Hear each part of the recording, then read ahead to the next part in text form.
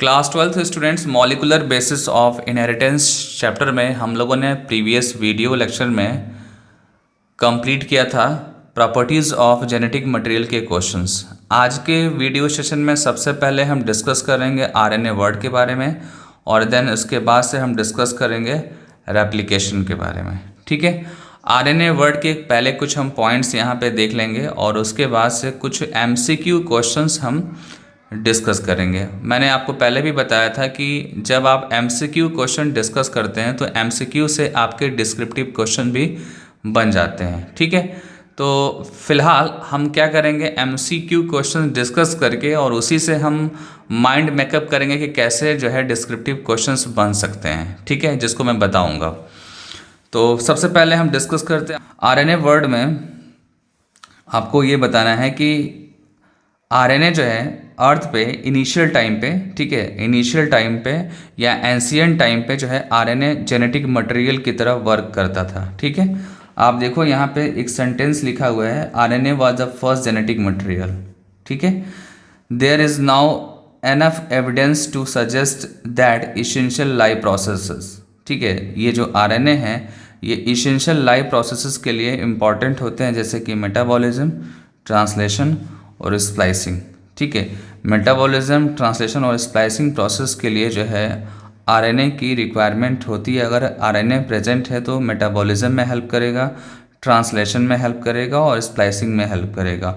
और ये जो आरएनए है ये फर्स्ट जेनेटिक मटेरियल था अर्थ पे जो भी फर्स्ट ऑर्गेनिज्म इवॉल्व हुआ था उसका जो जेनेटिक मटेरियल था वो आरएनए था। ठीक है, और इसीलिए आरएनए के अकॉर्डिंग एंशिएंट टाइम में सारे के सारे मशीनरी जो है वो इवॉल्व हुए थे, फॉर्म हुए थे। ठीक है, क्योंकि मेन जो मॉलिक्यूल था एंशिएंट टाइम में जो मेन मॉलिक्यूल था वो आरएनए था। तो आरएनए के अकॉर्डिंग सारा जो है लिविंग सिस्टम के कंपोनेंट्स डेवलप हुए थे। ठीक है, आप यहाँ पे देखो evolve around RNA used to act as a genetic material as well as catalyst. ठीक है, देन ब्रैकेट में आप देखो there are some important biochemical reactions in living system that are catalysed by the RNA catalyst, not by protein enzyme. आपको पता होना चाहिए, आपको मैंने जब इस चैप्टर का वीडियो लेक्चर आपको दिया था तो मैंने बताया था कि एंशिएंट टाइम में जो है प्रोटीन नहीं था, प्रोटीन का फॉर्मेशन नहीं हुआ था। तो वहाँ पे जो एंजाइम था, आप सबको पता है कि मोस्टली जो एंजाइम्स होते हैं वो प्रोटीन नेचर के होते हैं और प्रोटीन था ही नहीं एंशिएंट टाइम में। प्रोटीन नहीं था तो उसका फंक्शन किसने किया, उसका फंक्शन आरएनए ने किया। ठीक है, दैट मीन्स कि आरएनए एंजाइम की तरह वर्क किया। और एंजाइम एक्चुअली होता क्या है, बायो कैटलिस्ट होता है।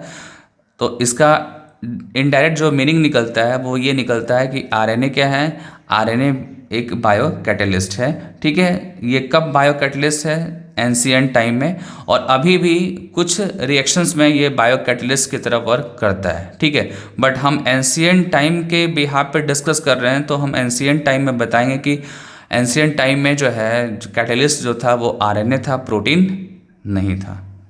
ठीक है, तो वही यहाँ पे मेंशन है, RNA catalyst and not by protein enzymes. ठीक है, but RNA being catalyst was reactive. आप सबको पता है कि आरएनए जो है रिएक्टिव होता है। ठीक है, और जो चीज़ रिएक्टिव होगी वो ऑब्वियसली क्या होगी, वो अनस्टेबल होगी। जो भी चीज़ें या जो भी मॉलिक्यूल्स रिएक्टिव होगा वो कंपैरेटिवली जो है वो अनस्टेबल होगा, क्योंकि उसकी रिएक्टिविटी ज़्यादा है। और रिएक्टिविटी जिस भी चीज़ की ज़्यादा होती है उसको स्टेबिलिटी नहीं मिलता है, वो मॉलिक्यूल्स जो है अनस्टेबल होता है। ठीक है, therefore DNA has evolve from RNA with chemical modifications that make it more stable. ठीक है, डीएनए जो है वो इवॉल्व किससे हुआ, आरएनए से हुआ। ठीक है, ये एक इम्पॉर्टेंट लाइन है कि डीएनए पहले आया कि आरएनए पहले आया, तो आपका आंसर होगा आरएनए पहले फॉर्म हुआ, देन उसके बाद से डीएनए का फॉर्मेशन हुआ। और डीएनए के फॉर्मेशन में कुछ वहाँ पे क्या हुए, केमिकल मॉडिफिकेशंस हुए। ठीक है, डीएनए के फॉर्मेशन में कुछ वहाँ पे क्या हुए, केमिकल मॉडिफिकेशन हुए that make it more stable. ठीक है, DNA being double standard and having complementary strand further resist changes by evolving a process of repair.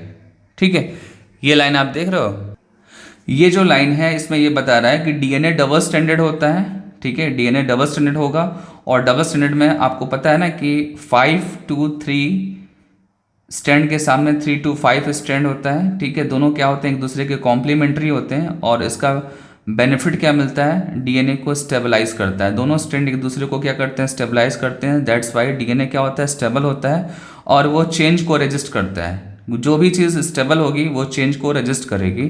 ठीक है, और चेंज अगर है भी तो उसको कैसे हम मेंटेन कर सकते हैं, उसको हम रिपेयर मैकेनिज्म से मेंटेन कर सकते हैं, और repair mechanism out of syllabus है, आउट ऑफ सिलेबस है। मैं आपको बता दूं कि जब भी डीएनए का रेप्लिकेशन होता है तो वहाँ पे क्या होता है कि कभी कभी वहाँ पे चेंजेस आते हैं, म्यूटेशन होते हैं, और म्यूटेशन और चेंजेस को, या ऐसे बोल सकते हैं आप एरर को, ठीक है, एरर को मैनेज करना है तो हमारे बॉडी में क्या होता है, रिपेयर सिस्टम होते हैं, रिपेयर सिस्टम होते हैं। तो रिपेयर सिस्टम क्या करता है, एक लिमिट तक जो है उस एरर को, उस प्रॉब्लम को जो है वो रिपेयर करता है, और फिर नॉर्मलाइज करने की कोशिश करता है। ठीक है, और रिपेयर जो सिस्टम होता है लिविंग सिस्टम में, वो आपको यहाँ पे डिस्कस नहीं करना, क्योंकि वो आउट ऑफ सिलेबस है।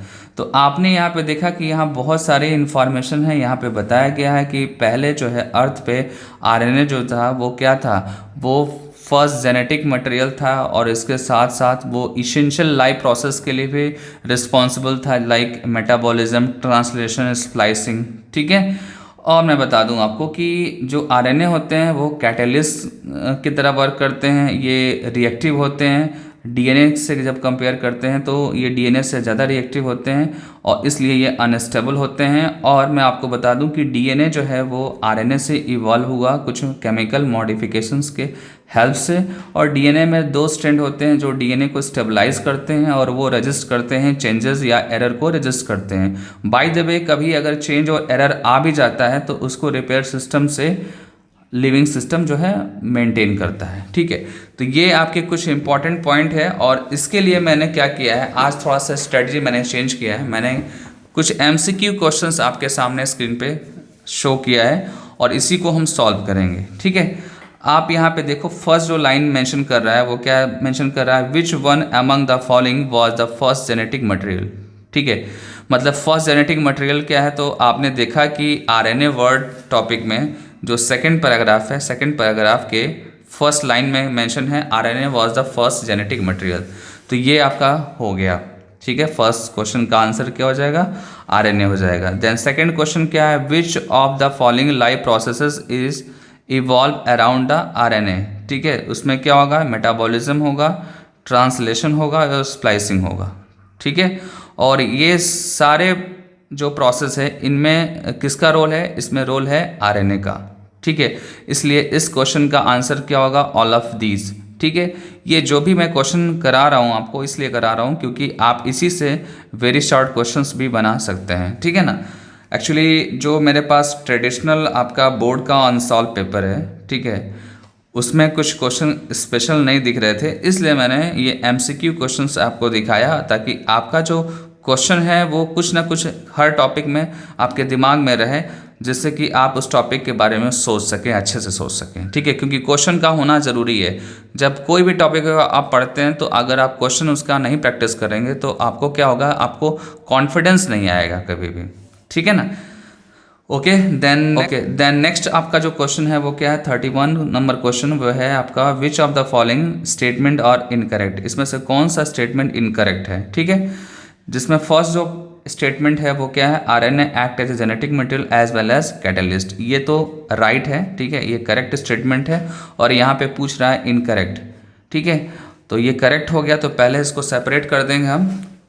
आपको मैं दिखा देता हूँ ये लाइन, आप देखो यहाँ पे, RNA used to act as a genetic material as well as catalyst. That means कि ये जो स्टेटमेंट है ये करेक्ट है। देन नेक्स्ट देखते हैं, नेक्स्ट स्टेटमेंट क्या है, RNA is more stable then DNA. ठीक है, तो ये रॉन्ग है क्योंकि डीएनए ज़्यादा स्टेबल होता है एज कम्पेयर टू आरएनए।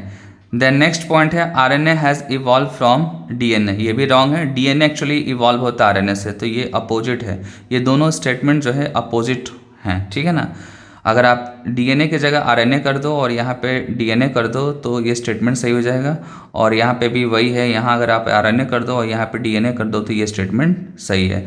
तो ओवरऑल आपको क्या बताना है कि सेकेंड और थर्ड स्टेटमेंट रॉन्ग है, और सेकेंड और थर्ड के अकॉर्डिंग ऑप्शन जो होगा वो बी ऑप्शन होगा। देखो आप, हमको यहाँ पे इनकरेक्ट आंसर फाइंड आउट करना है, तो इनकरेक्ट में सेकंड है और थर्ड स्टेटमेंट है। ठीक है, ये हो गया। अब आते हैं 32 नंबर क्वेश्चन। ठीक है, 32 नंबर क्वेश्चन में बताना क्या है, chemically RNA is more reactive and less stable as compare to DNA. ठीक है, तो ऑप्शन हो जाएगा आपका सी। ठीक है, मैंने पहले ही बताया कि आरएनए क्या होता है, मोर रिएक्टिव होता है। ठीक है, एज कंपेयर टू डीएनए, और जो चीज़ ज़्यादा रिएक्टिव होगी वो क्या होगी, लेस स्टेबल होगी, लेस स्टेबल, दैट मीन्स कि अनस्टेबल। ठीक है, तो ये जो क्वेश्चंस आपके सामने मैंने दिखाए, ये इसलिए दिखाए क्योंकि जो आरएनए वर्ड टॉपिक है वो छोटा सा है और उस पर बहुत बड़े क्वेश्चंस तो नहीं बनते हैं, उनसे छोटे क्वेश्चंस बनते हैं। ठीक है, मतलब कि हार्डली वहाँ से वेरी शॉर्ट क्वेश्चन आ सकता है और ऑब्जेक्टिव क्वेश्चन आ सकते हैं। ऑब्जेक्टिव मैंने बताया था कि जब आप क्वेश्चन नंबर 15 और 16 में पैराग्राफ वाले क्वेश्चन जब देखेंगे, केस बेस्ड क्वेश्चन, तो वहाँ पे इनडायरेक्टली जो है वो एमसीक्यू क्वेश्चंस देते हैं, तो शायद मे बी वहाँ पे आपके लिए ये हेल्पफुल हो। ठीक है, फिलहाल ये नीट के लिए तो बहुत इंपॉर्टेंट है।